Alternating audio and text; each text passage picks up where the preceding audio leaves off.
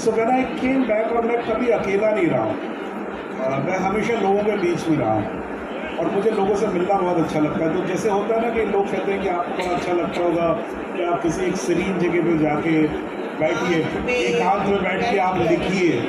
मैं लिख नहीं सकता हूँ अगर मेरे आसपास शोर नहीं है। जब तक, क्योंकि मैं सबसे अच्छा लिखता हूँ अपने ऑफिस में, जो मेरे घर के ठीक ऊपर है। It's a flat. कितना आपको कष्ट करना होता होगा ऊपर जाना बहुत, नहीं उसी, लेकिन उसका बड़ा फ़ायदा है। हाँ। लॉकडाउन के दौरान लोग घर से नहीं निकल पाते थे। मैं अपनी बीवी को बोलता था कि मैं ज़रा ऑफिस जा रहा हूँ, तो मैं निकल के ऊपर जाया करता था। So anyway, lockdown I realize that I am locked with my wife for next 8 months. Yeah. And so we... By the way, sorry, let me tell you that his wife is a very accomplished documentary filmmaker, and she's really, she's almost as smart, maybe a little smarter than Saurabh. Yeah, I mean, she's a writer, she's a filmmaker. She has also just made her feature film. अभी उन्होंने बनाई है. And तो खैर anyway, तो हम लोग मियाँ बीवी कम हैं, दोस्त ज़्यादा हैं। As a matter of fact अभी 1 फरवरी को हम लोगों का 25th मैरिज एनिवर्सरी था। आई थिंक थोड़ा अपलॉज हो सकता है इसके लिए। नहीं ठीक है, 25 साल बहुत होते बॉस। मतलब उस दिन कोई ना पार्टी थी ना कुछ नहीं, हम दोनों अकेले ही थे। और उस दिन बैठ के रात को हम लोगों ने एक बार पूछा एक दूसरे से कि should we get married now. So then we decided कि no, it will be the end of it. So we are formally married, but there is nothing like marriage which we have followed. So we have been able to keep our identities. Anyway, but still to be just with one person for 8 months is a lot. तो मुझे कुछ समझ में नहीं आ रहा था कि मैं क्या करूँ। तो पहले पढ़ा, थोड़ा कुछ लिखा, फिर दोस्तों के काम देखे, फिर कुछ समझ में नहीं आ रहा था क्या करूँ। And it's a very strange thing when you are told or you are given a situation कि अब आप और कुछ नहीं कर सकते, आप सिर्फ लिख सकते हैं, तो लिखाई बंद हो जाती है, तब आपका लिखने का मन ही नहीं करता। तो मैंने कहा यार क्या करूँ। So I have a range of cameras. I didn't buy very expensive cars. I could have bought an expensive car long time back, but I didn't.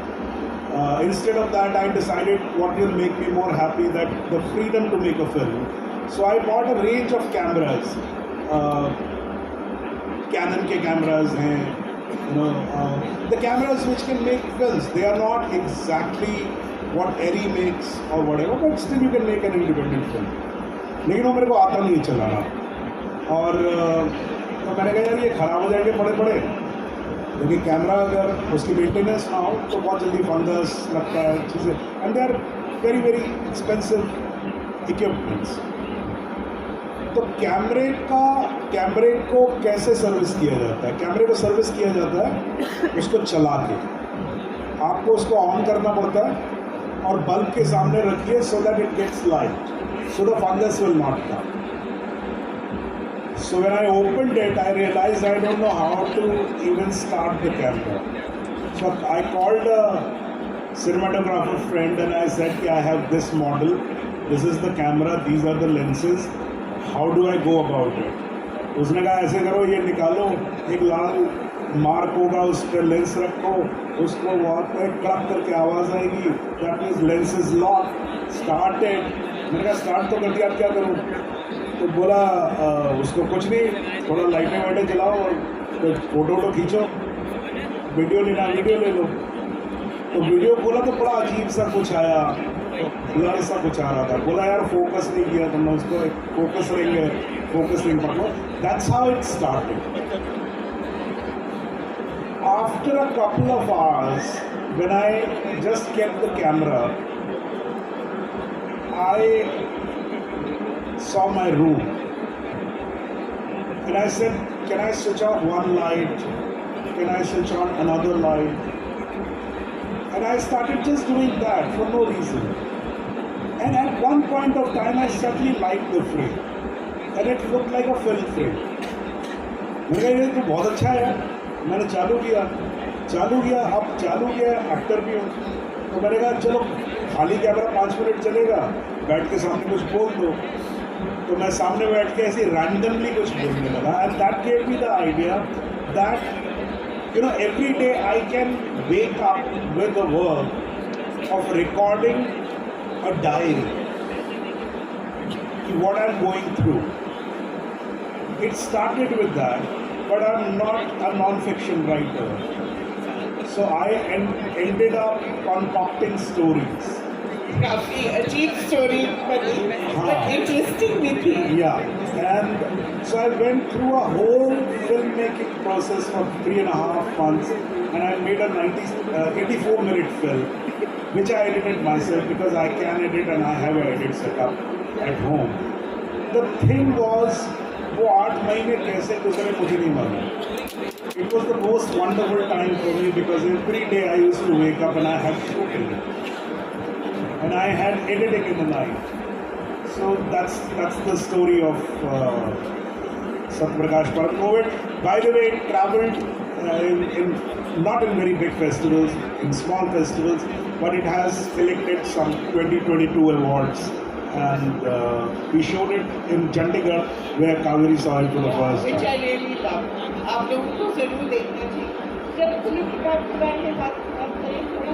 तो जब खुली किताब जो है is again one idea of a film, like you keep thinking about films. So I started writing a film, but films take their own time because they are projects, so वो चलता रहा.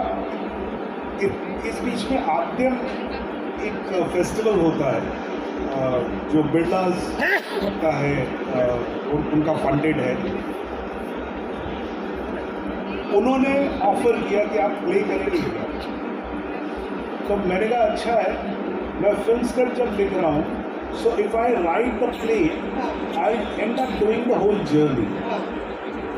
सो I did a play on that, जिसके 11 shows हुए. दिल्ली में भी उसके 3 shows हुए थे, बहुत अच्छे शोज हुए. And it was a musical. And then it got over. Then one day Applause, Sameer Nair, who's heading Applause, also knows me since donkey's years, and we're very close. So in a party he said that, so you're not going to make a film for us. So I said, of course I will make it. But will you make it? So he said, come and narrate me the idea. So I narrated him the same idea. And they made it. And it's a coincidence. Adyam जो था, it is Birla's. And Sameer And Applause is also Birla's. So the thing is that the child remained in the same house. The same family.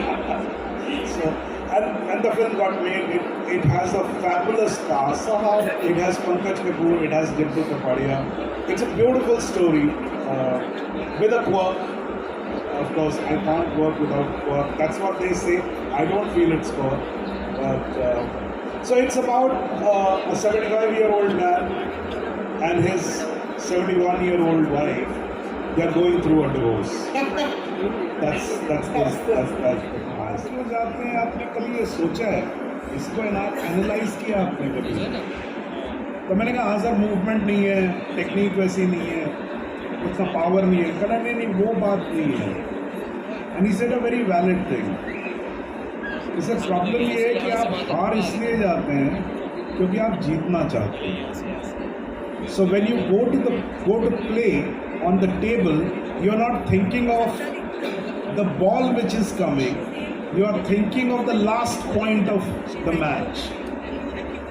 So hit hona is the last point of the match where you win it. But while you are doing it, you don't think about the last point. Because if you are thinking about the last point, you'll never be able to play the first ball. That is what it is. Like a true writer. So, अभी बहुत सारे लोग sir यहाँ पे आ गए हैं जो आपको अपने इंस्पिरेशन मानते हैं, आपको लोगों ने टीवी पर बहुत बार देखा है, बट नाउ बहुत सारे मेरे ऐसे सवाल होंगे जो लोगों के सवाल हैं और मैं चाहूँगा वो आपसे पूछना, और मैं चाहूँगा जो एंगल लोगों ने अभी तक आपका शायद नहीं देखा है, नहीं समझा है, उसे भी आज लोग समझ पाए। तो लोगों ने आपको एज ए एक्टर देखा, बट ये मैंने कहीं आप ही के इंटरव्यू में सुना था कि आप पहले एक्टर बनना नहीं चाहते थे। सो आप क्या बनना चाहते थे और आप एक्टर क्यों नहीं बनना चाहते थे? इफ़ इट इज़ ट्रू तो प्लीज़ इसके ऊपर पहले बताइए लोगों को। नहीं, ये इतना ब्लैक एंड वाइट नहीं है कि मैं एक्टर नहीं बनना चाहता था। जो मेरा मतलब था कहने का कि acting was not my first choice. So मैं कभी इंटरेस्टेड नहीं था एक्टिंग में, और आज भी शायद उतना नहीं हूँ जितना आई एम नॉट, फितरत से मैं एक्टर नहीं हूँ। बट आपकी एक्टिंग कमाल की है सर, इट इज वो इसीलिए कमाल की है क्योंकि मैं फितरत से एक्टर हूँ नहीं।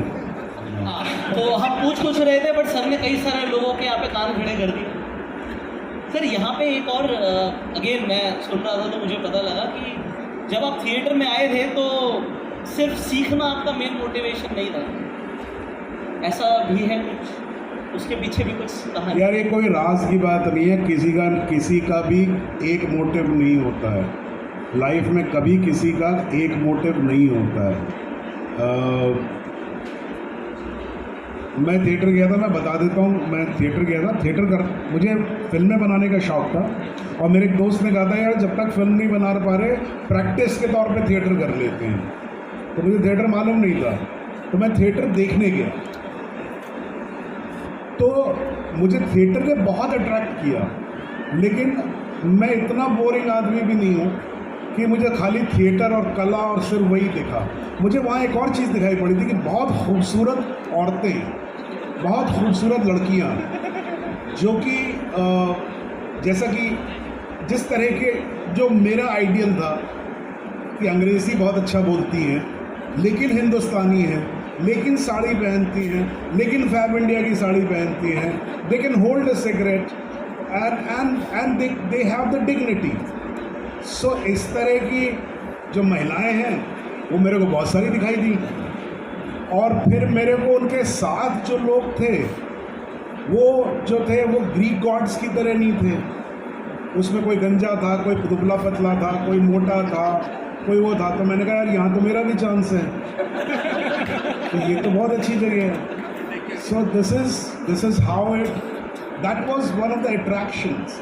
And I will tell you something, I was telling someone very recently, I said, you know, when I was young, theatre used to be so exciting. Not only just because of the reason that we are doing theatre. There was a big possibility in each production कि इस बार हो सकता है किसी के साथ love affair हो ही जाएगा, you know, कोई ना कोई गर्लफ्रेंड बन ही जाएगी यार इस बार। तो ऐसा होता था, इसलिए हर प्रोडक्शन में हम प्यार में पड़ते थे। उसके बाद जब प्रोडक्शन खत्म होता था तो दिल टूट जाता था, और उस दिल टूटने के चक्कर में दूसरा प्रोडक्शन शुरू हो जाता है, यू नो, नहीं की चक्कर। That's how it goes.